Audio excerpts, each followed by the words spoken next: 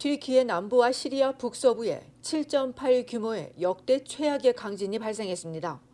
미국 지질조사국에 따르면 현지 시간으로 오늘 새벽 4시 17분께 첫 번째 지진을 시작으로 6.7, 5.6 규모 등의 여진이 뒤따라 이어졌고 12시간이 채 되지 않아 규모 7.5 강진이 또 발생했습니다. 사망자가 속출하면서 캐나다 동부 시간으로 오늘 정오 기준 2,400여 명이 사망한 것으로 알려졌습니다. 튀르키예에서 1,500여 명, 시리아에서 800여 명이 확인된 가운데 아직 캐나다인 사상자는 파악되지 않고 있습니다. 그런데 아직도 잔해 속에 갇힌 이들이 많아 사망자가 많게는 10,000명에 이를 수 있다고 지질조사국은 예상했습니다. 이번 강진은 이스라엘과 그리스뿐 아니라 이집트 수도 카이로에서 느껴졌고 그린란드에서도 감지될 만큼 지진 강도가 셌습니다. 국제사회는 잇따라 구호 지원에 나섰습니다. 유엔은 튀르키예와 시리아의 강진으로 커다란 인명 손실이 발생했다며 희생자들을 애도하고 지원을 약속했습니다. 캐나다의 여야와 미국, 영국, 유럽연합 등도 성명을 내고 지진으로 인한 인명 피해와 파괴에 깊은 애도를 표하며 즉각 필요한 지원을 할 것이라고 전했습니다. 오늘 하루 내내 전 세계 언론이 지진 소식을 전한 가운데 미국 버팔로에서도 오늘 아침 지진이 발생해 온타리오주에서도 약하게 감지됐습니다.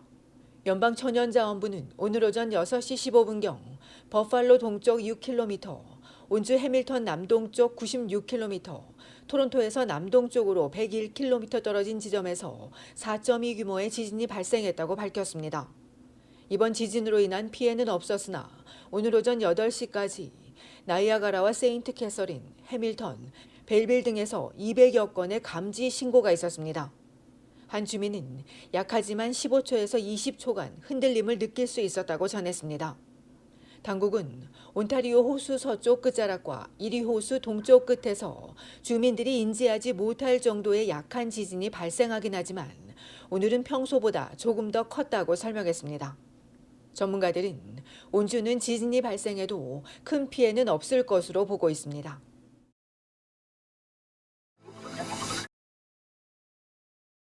차 번호판 유효 기간이 만료됐는데도 이를 잊고 운행했다가 낭패를 볼 수 있습니다. 지난해 3월 번호판 갱신 수수료를 폐지하면서 온주 정부는 차량 보험의 유효성과 체납 요금 및 벌금 등을 확인하기 위해 1, 2년마다 번호판 등록을 갱신해야 한다고 차량 소유주에게 알렸습니다. 그런데 이를 깜빡 잊는 사례가 급증하고 있다는 지적입니다. 최근 오타와 경찰이 차 번호판 유효 기간을 집중 단속한 결과 3시간도 안 돼 54대가 적발됐으며 이 가운데 38건이 유효기간 위반이고 면허증 관련도 2건이나 됐습니다.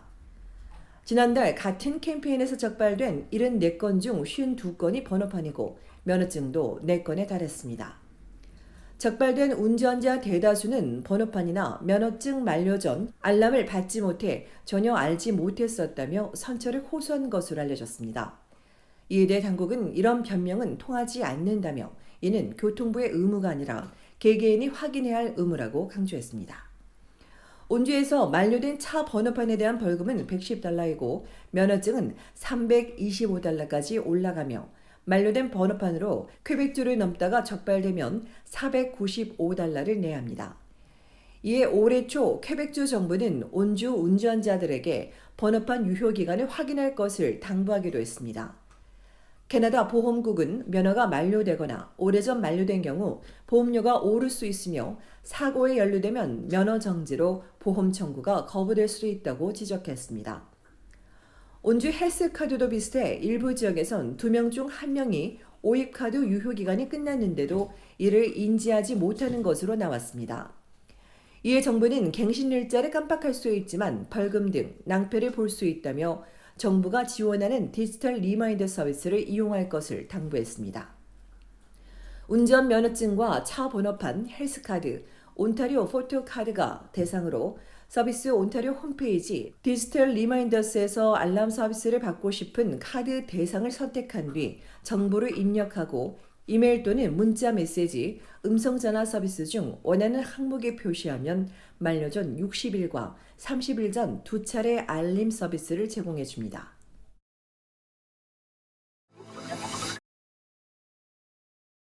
최근 수년 동안 전기 자전거가 큰 인기를 끌고 있는데 이 전기 자전거가 화재의 원인으로 파악되면서 각별한 주의가 요구되고 있습니다. 전기 자전거 화재는 리튬이온 배터리로부터 촉발됩니다. 리튬 배터리가 과열되면서 불이 나거나 잘못된 충전기와 함께 사용할 때, 또 손상되거나 결함이 있는 불량 배터리를 사용할 경우에도 불이 나거나 폭발할 수 있습니다. 온타리오주 토론토에서 지난해 전기 자전거로 인한 화재는 12건입니다. 지난달 오타와 가정집 창고에 있던 자전거가 완전히 불에 탔고, 지난해 브랜포드에선 주택이 전소되면서 30만 달러에 달하는 재산 피해를 입었습니다. 브리티시 컬럼비아주 밴쿠버에서도 지난해 20여 건이 발생했는데 이로 인해 안타까운 5명의 목숨을 앗아가기도 했습니다.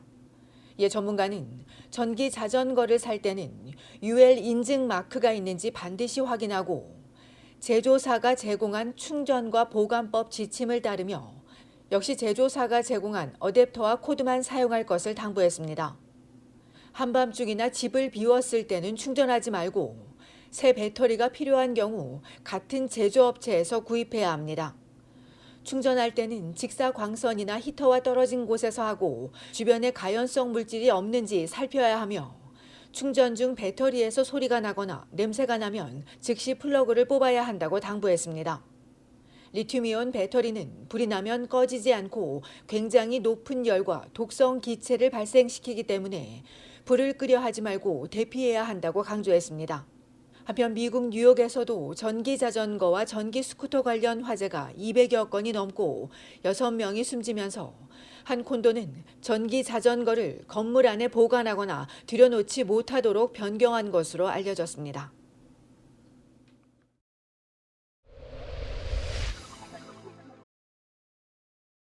온타리오주 토론토의 생태희망연대가 지난해에 이어 기후, 생태 위기에 의해 101이란 주제로 2월 16일부터 5주 동안 무료 온라인 세미나를 진행합니다.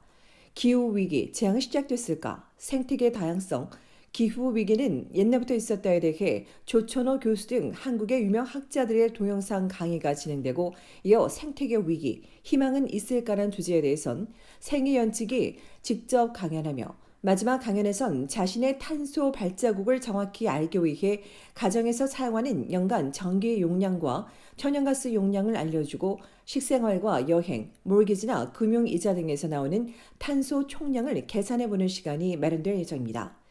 기후위기 실체를 더 정확히 배울 수 있는 기회가 되는 이번 세미나는 오는 16일부터 매주 목요일 저녁 7시에서 9시까지 진행되며 참여를 원하는 한인은 연대 대표 이메일 또는 정필립 씨에게 문자로 문의하면 됩니다. 지난해 연방국세청에 체리티로 등록된 토론토 생의원은 현재 7명의 이사와 70여 명의 회원들이 운영하고 있으며 오타와와 브리티시 콜롬비아주 밴쿠버에도 자매단체 설립이 추진되고 있습니다.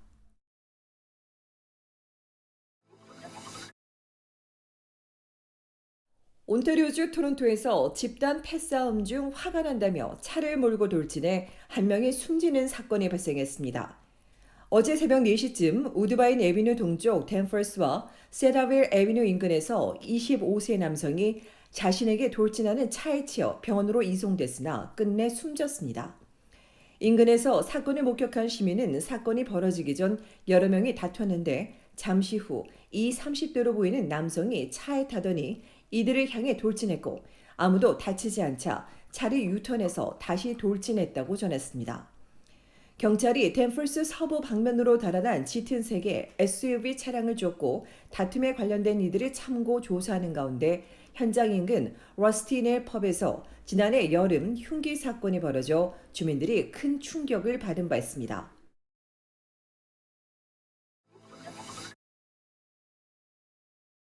지난주 브리티시 콜롬비아주 버나비에서 10대 소년이 총에 맞고 숨지는 사건이 발생하자 전 현직 경찰이 청소년 대응책을 촉구했습니다. 지난주 목요일 아침 9시쯤 타운하우스 밀집 지역인 멀베리 플레이스 인근 지하 주차장 차 안에서 총상을 입고 숨진 17세 소년이 발견됐으며 경찰은 피해자가 총격범의 표적이었을 것으로 보고 로 메인랜드 갱단과 관련이 있는지 등도 함께 조사 중인 것으로 알려졌습니다. 또 서리에서 발견된 불에 탄 닛산 차량이 범행에 사용됐는지 등을 조사하고 목격자 또는 대시캠 영상 제보를 부탁한 경찰은 앞서 지난해 8월엔 18세 소년이 2021년 5월엔 19세가 총에 맞고 숨졌다며 어린 청소년들이 갱단이나 마약 및 폭력에 빠지지 않도록 학교와 당국, 청소년 예방기관 등이 협력해 해결책을 강구해야 한다고 강조했습니다.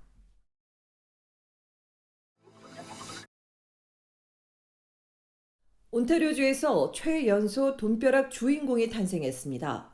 행운의 주인공은 온주 북부 수테마리에 사는 알고마 대학 1학년 18세 줄레 라무르 양으로 18세가 된 기념으로 재미삼아 복권을 사보라는 할아버지 제안에 태어나 처음으로 649 복권 퀵픽을 골랐는데 이 복권이 무려 4,800만 달러에 당첨된 겁니다.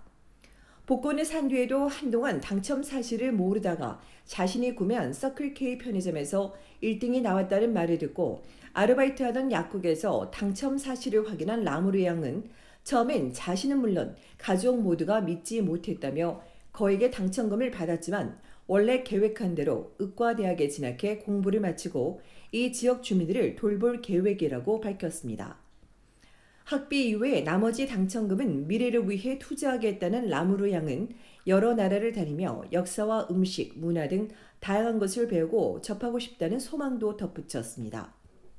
온주 복권 공사에 따르면 이전에도 18세가 당첨된 적은 있지만 당첨액은 이번이 최고입니다.